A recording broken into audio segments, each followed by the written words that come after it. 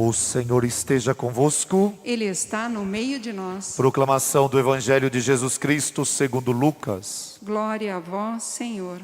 Jesus estava expulsando um demônio, mas alguns disseram: é por Beelzebul, o príncipe dos demônios, que ele expulsa os demônios.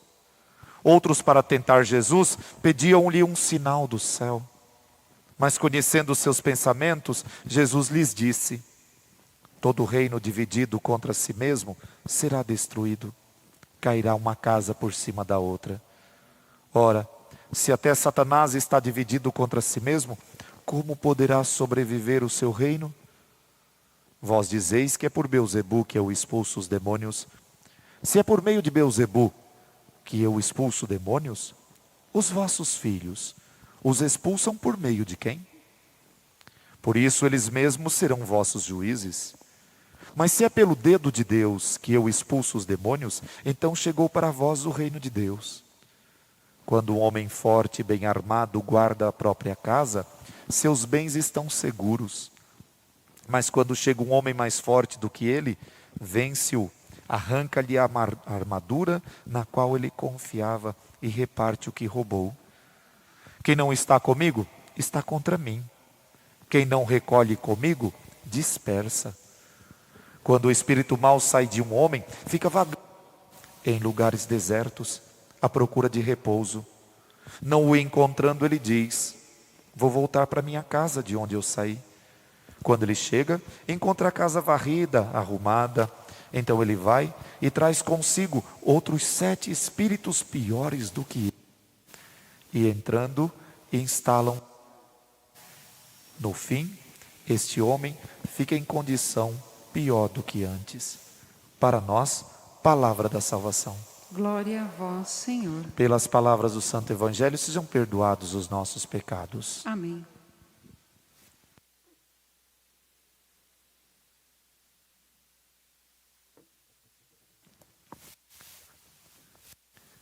Acredito que esse microfone não vai aguentar muito tempo. Então, a gente começa. E, tá indo e voltando.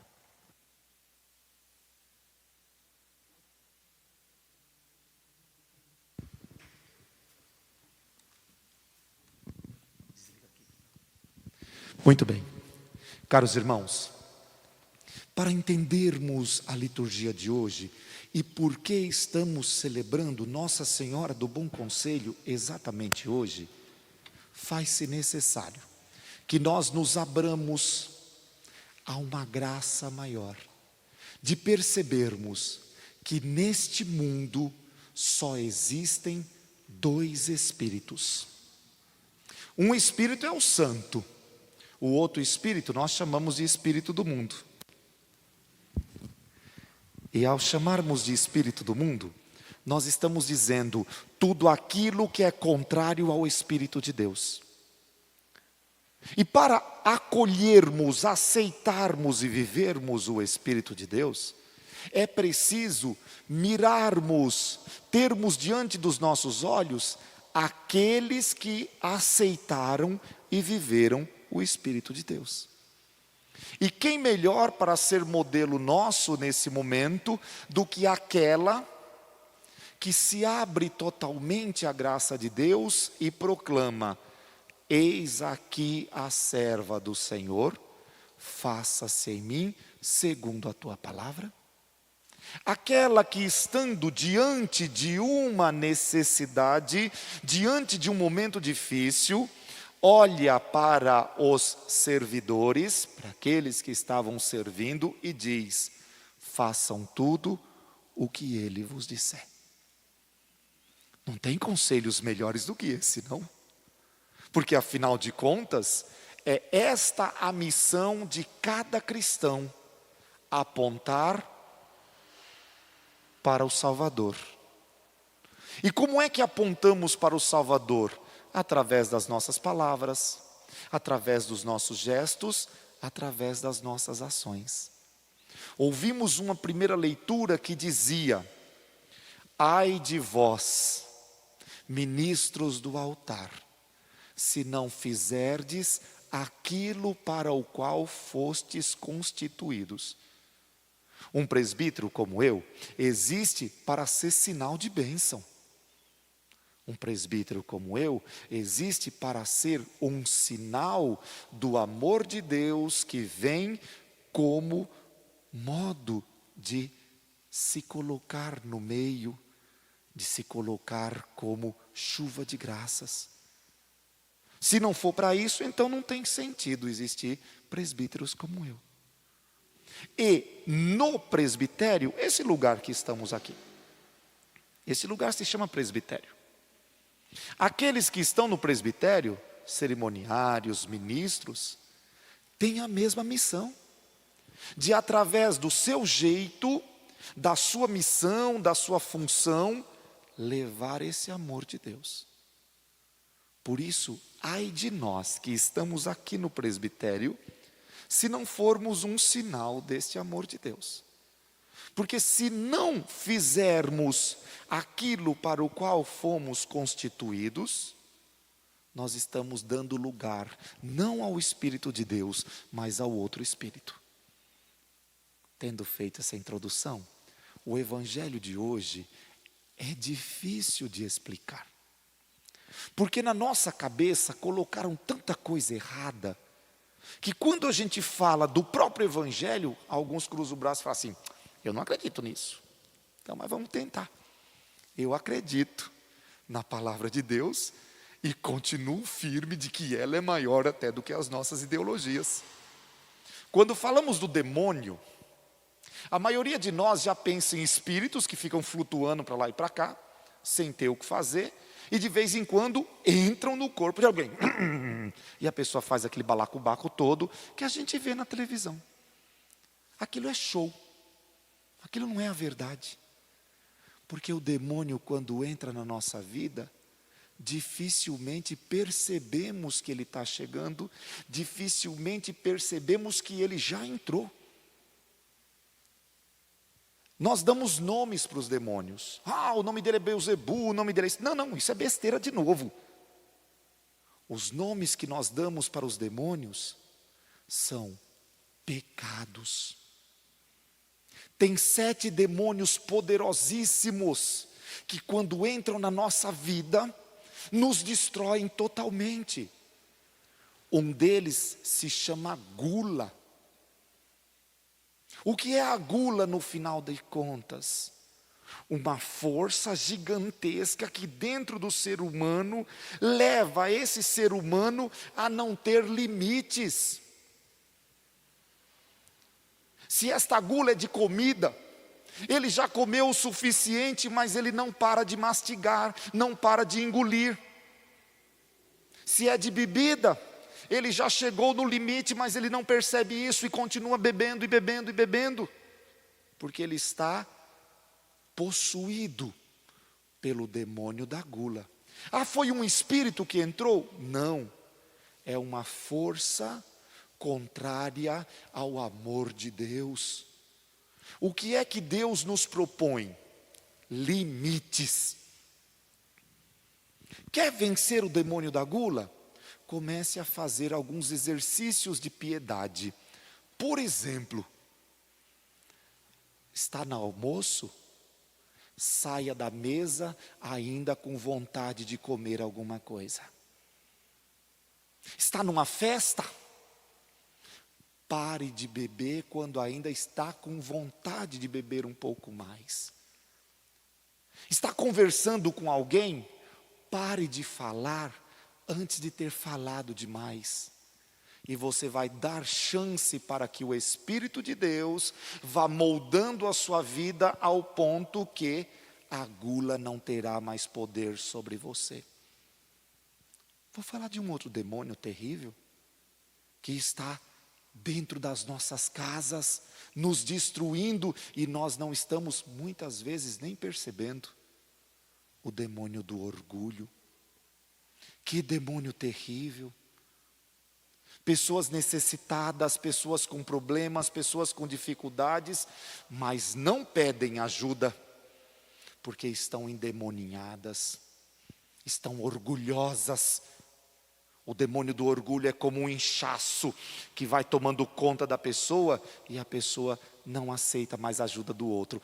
E se você não aceita a ajuda do outro, como é que você vai aceitar a ajuda do outro? Como é que você vai aceitar a ajuda da outra? Do outro? Daqueles que já estão junto de Deus? Então, que coisa terrível. Frase do orgulhoso: eu não vou dar meu braço a torcer. O que vão pensar de mim se por acaso eu me mostrar fraco? Vão pensar que você é humano. Vão pensar que você é alguém que, como ser humano, precisa da graça de Deus. São Paulo nos deu a dica de como vencer o demônio do orgulho, quando ele nos diz: na fraqueza, aí é que eu sou forte. Eu não sou forte quando eu mostro a minha força, eu sou forte quando mostro a minha humanidade.